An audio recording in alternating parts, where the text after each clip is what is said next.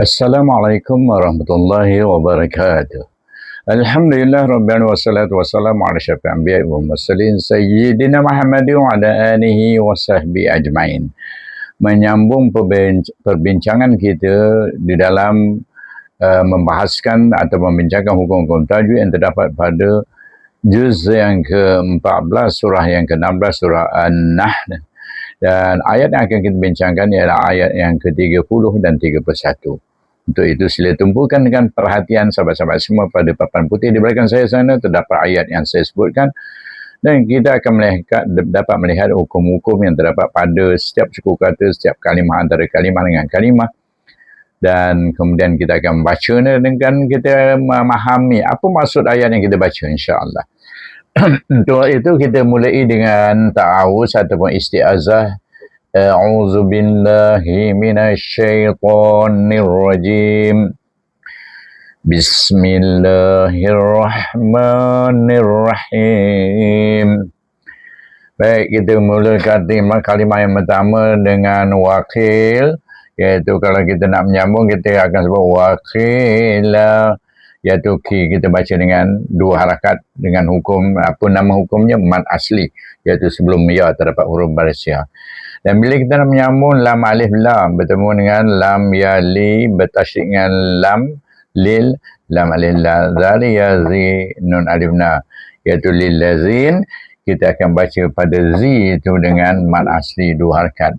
Dan di ujung sana adalah nun berbaris alif diwasalkan dengan huruf ta yang bertasydid ini.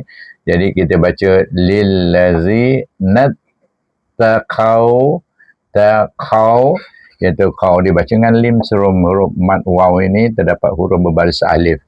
Waw ini hanya dibaca dengan panjang dua harakat apabila sebelum waw terdapat huruf baris waw. Apabila dia baris alif, waw akan bersifat lin, akan dibaca dengan lin. Dan sini terdapat alif mustadirah, alif dan tanda ini mustadirah dipanggil. Maka dia ada pada tulisan, tidak ada pada bacaan. Jadi kita abaikan saja. Bila kita membaca, kita baca lillazina taqaw maza, mim alif ma dua harakat ma asli. Sebelum alif terdapat huruf baris alif atau bersebab baris alif terdapat huruf alif, dan za alif pun sama juga terdapat huruf alif.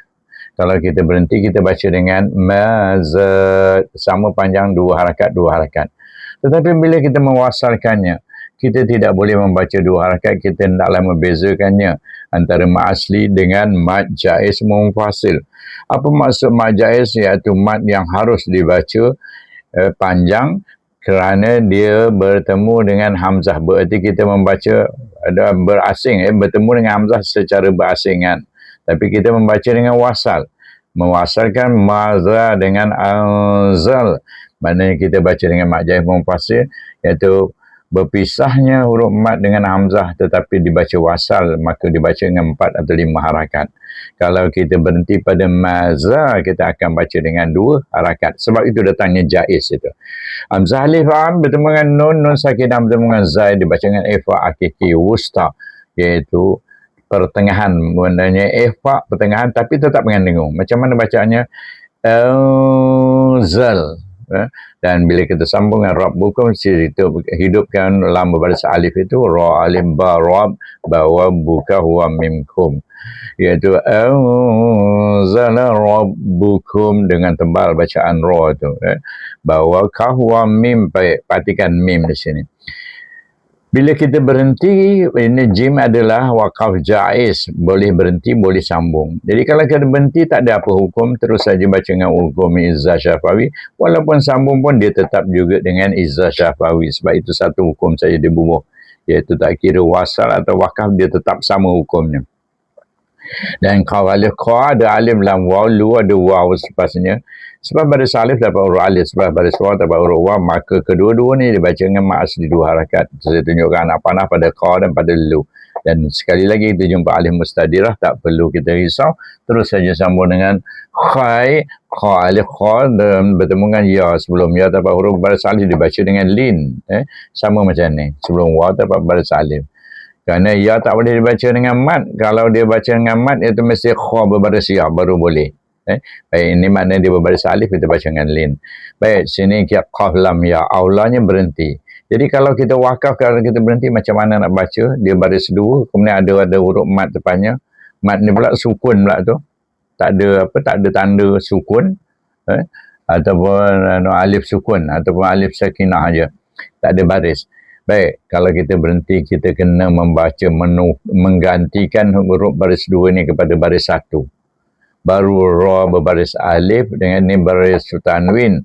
Tapi kita bila buang satu baris, ra berbaris alif bertemu dengan alif dibaca dengan dua harakat. Nama hukumnya iaitu dibaca dengan dua harakat kerana kita menukar baris dua kepada baris satu. Bila ganti, bukan tukar, ganti. Jadi maknanya iwad tu apa? Ganti. Hasil gantian maka baca dengan mad iwad. Dua harakat juga macam mad asli. Kalau kita menyambung bagaimana? Kalau kita wasal, kita kena baca tanwin bertemu dengan huruf idgham kamil yang tidak boleh dibaca dengan dengung pada lam dan pada ra. Di sini pada lam. Jadi kita baca khairal. Ra, ya, ra, alif, lam. Ra, alif, dan rol. Pada huruf lam yang bertasydid, lam yali bertasydid dengan lam lil, lam alif la zali yazi adiyam mad asli dua harakat.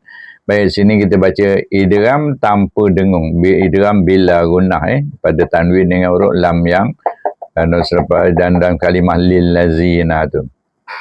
Baik, lil lazina na dibaca dengan na, dibaca terus kepada ahsanu. Hamzah alif ha dengan pedas punya, sa dengan hamas dengan safir, nun waw nu ada waw mad asli, fa ya fi ada ya mad asli juga, alif ada alif lepas tu mad asli juga, iaitu kita baca ahsanu fi hazihi dunia. Ha mad asli tadi, perhatikan ha di sini, hazihid, saya sebut hid, maknanya kita baca pada huruf dal. Di idgham syamsi kan dia, kerana ini adalah alif lam syamsiah, huruf dal adalah huruf syamsiah.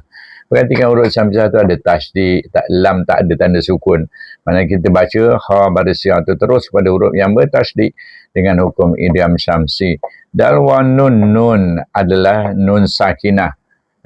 Nun sakinah bertemu dengan huruf mat dalam satu kalimah, maka dia hendaklah dibaca dengan izhar, tak boleh dibaca dengan idgham. Kalau nun betul sakinah bertemu dengan ya, kalau berasingan kalimah, dia akan dibaca dengan idgham ma'al gunnah, iaitu walaupun idgham nakis.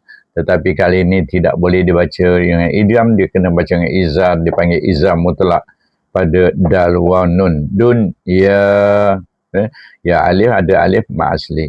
Hasanah, ha alif sanah. Baik, kita berhenti tak ada apa hukum. Tapi kalau kita wasal ada hukum tanwin dengan waw dibaca dengan idgham ma'al gunnah, dan waw ini adalah huruf idgham nakis tapi tetap dibaca dengan dengung. Macam mana nak bacanya? Hasanatu waladar.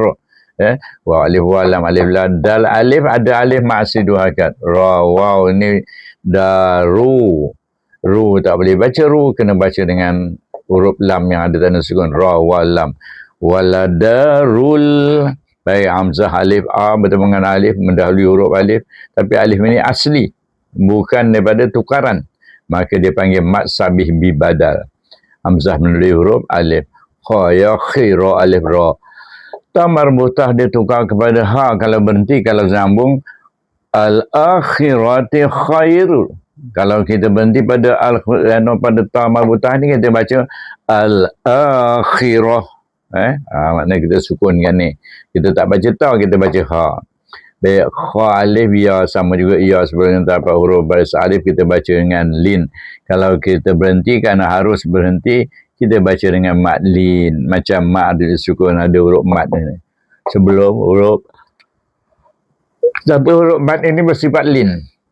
Mana sebelum huruf ra berbaris dua. Baik, ra berbaris dua, baris ra tanwin bertemu dengan waw, dibaca dengan apa dia? Idgham ma'al gunnah. Ini jenis idgham nakis. Kalau bertemu ya, bertemu waw, dia idgham nakis. Jadi kita baca khairun wala ni'ma darul muttaqin. Baik, sini idgham bila gunnah, sini tak ada apa hukum, terus saja sambung. Da alif da baca dengan mak asli dua harakat di sini. Lupa tulis surah. Okey, dua.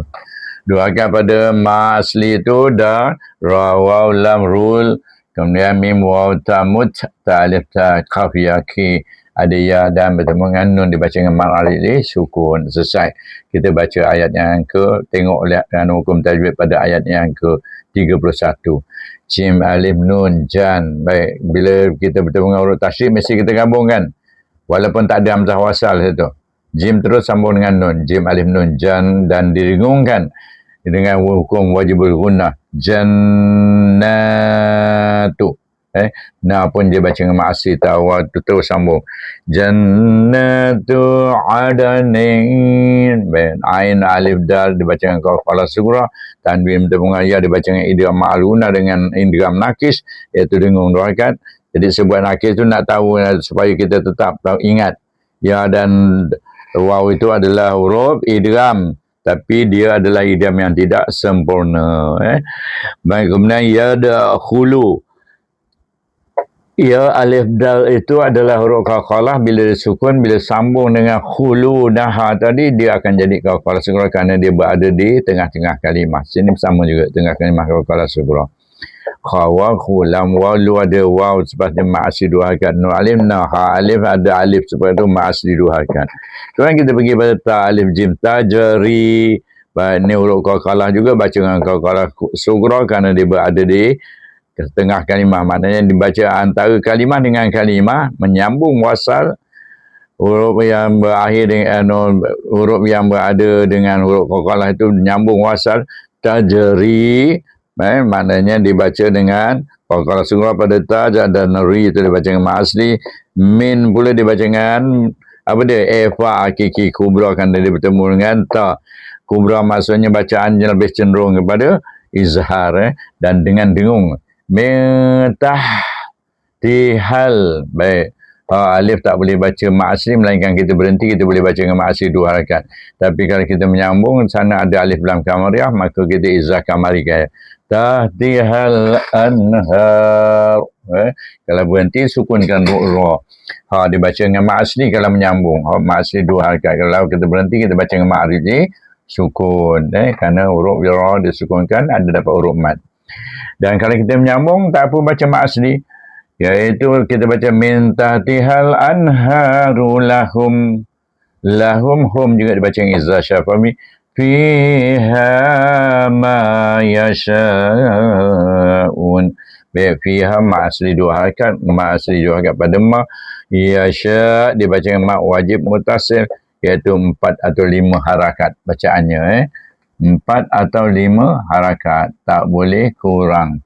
Baik, dia tengah kalimah, maksudnya wakaf ke wasal ke tetap dibaca dengan 4 atau 5 harakat. Ya, ma yasha'un. Dan kemudian kita pergi kepada baris yang kedua, muka yang kedua. Perhatikan. Lepas yasha'un tadi apa kata? Kita jumpa kaf alif ka za alif, ada alif ma asli dua harakat, lam yali kaf kazalika bukan tad. Kazalika yajzillah, ya alif jim ya qalqalah sughra pada jim. Zaya kalau berhenti dua harakat, zi yajzi. Tapi kalau menyambung terus sambung pada lam jalallah, yajzillahu. Baik, zillah berarti kita membaca dengan mengidghamkan dia disertakan dengan iaitu nipis, bacaan nipis, kerana zai berbaris ya, bacaan nipis dan dengan mat. Ya jazillahul muttaqin, iaitu di idgham syamsi dibaca nipis dengan mat, dan kemudian ha dibaca dengan lam yang sukun iza kamari, hul alif lam kamariyah ni, dan huruf kamariyah huruf mim itu bersambung dengan huruf ta mut dan ta alif ta qaf ya ki, dan berakhir dengan nun qin, iaitu li. Ya, apa baca ya kazalika yajzillahul muttaqin. Ma'rif li sukun 2 4 dan 6 harakat. Baik, kita baca sama-sama. Ya, itu muka yang pertama kita baca dan muka yang kedua sambung. A'udzubillahi minasyaitonirrajim. Bismillahirrahmanirrahim. Baca pelan-pelan, jangan laju. Dan tunaikan hak dan mustahak huruf itu. Baik. Hak huruf ialah yang makhraj dan sifatnya, kemudian mustahak huruf itu hukum-hukum yang terdapatnya. Kalau macam ni kita hukum antara dua ni, misalnya kata mad jaiz munfasil kerana hamzah ni, maka kita mesti menunaikan mustahak huruf itu. Baik, kita baca. Wa qila lil ladzina taqaw maza anzala rabbukum qalu khairan lillazina ahsanu fi hazihi dunya hasanah fi hazihi dunya hasanatun wa ladarul akhirati khair waladarul akhirati khairun walani'mad darul muttaqin jannatu adni yadkhulunaha tajri min tahtihal anhar min tahtihal anharu lahum fiha ma yasha'un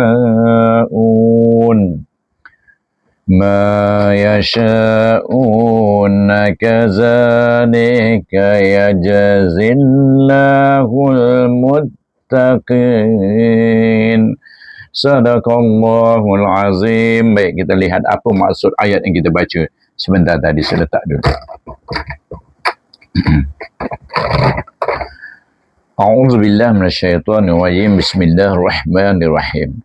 Maksud ayat yang kita baca sebentar tadi, setelah Allah menceritakan tentang orang-orang yang engkar kepada Allah SWT ataupun yang menyekutukan Allah SWT, dimasukkan dalam neraka. Hari ini Allah menceritakan tentang orang-orang yang baik, orang yang bertakwa pada Allah. A'udzubillahi minasyaitonirrajim. Dan dikatakan kepada orang-orang yang bertakwa. Apa Allah kata? Apakah yang telah diturunkan oleh Tuhanmu? Maka orang-orang yang bertakwa tadi menjawab, mereka menjawab, Allah telah menurunkan kebaikan. Maknanya Allah telah menurunkan kebaikan itu, menurunkan Al-Quran yang mengarahkan kita sentiasa berbuat baik dan meninggalkan segala yang jahat. Orang-orang yang berbuat baik di dunia ini mendapat pembalasan yang baik. Siapa buat baik, termasuklah kita belajar ni adalah kita berbuat baik, insya-Allah Allah akan memberikan kita pahala. Orang-orang yang berbuat baik di dunia ini mendapat pembalasan yang baik. Kita mengharapkan balasan yang baik juga atas usaha kita ini. Dan sesungguhnya kampung akhirat itu ataupun penempatan akhirat itu ialah lebih baik, dan itulah sebaik-baik, iaitu penempatan bagi orang-orang yang bertakwa. Besok kita akhirat, besok kita dapat masuk syurga itu, alhamdulillah, itu adalah menunjukkan kita ni orang-orang yang bertakwa. Ayat yang ke-31 iaitu syurga. Apa dia syurga? Nama syurga tu syurga Adan. Adan. Bunyi sama juga dekat dengan nun atas sikit dia punya mahras tu. Dan sesungguhnya kampung Adan, iaitu syurga ni yang mereka masuk di dalamnya, orang-orang yang bertakwa tu masuk dalamnya. Dan antara syurga itu mengalir di bawahnya, antara istana syurga itu tadi, antara satu syurga dengan satu syurga, mengalir air bawahnya, sungai-sungai di dalam syurga itu. Mereka mendapat segala apa yang mereka kehendaki. Apa saja kita sebut. Kita sebut aja dia datang. Dan demikianlah Allah. Di dalam syurga itu mereka mendapat segala apa yang mereka kehendaki. Demikianlah Allah memberi balasan kepada orang-orang yang bertakwa. Kalau kita jadi orang bertakwa, jadi kita kena fahamlah macam mana nak jadi orang bertakwa itu. Pertama, tidak sama sekali menyekutukan Allah. InsyaAllah kita masuk syurga.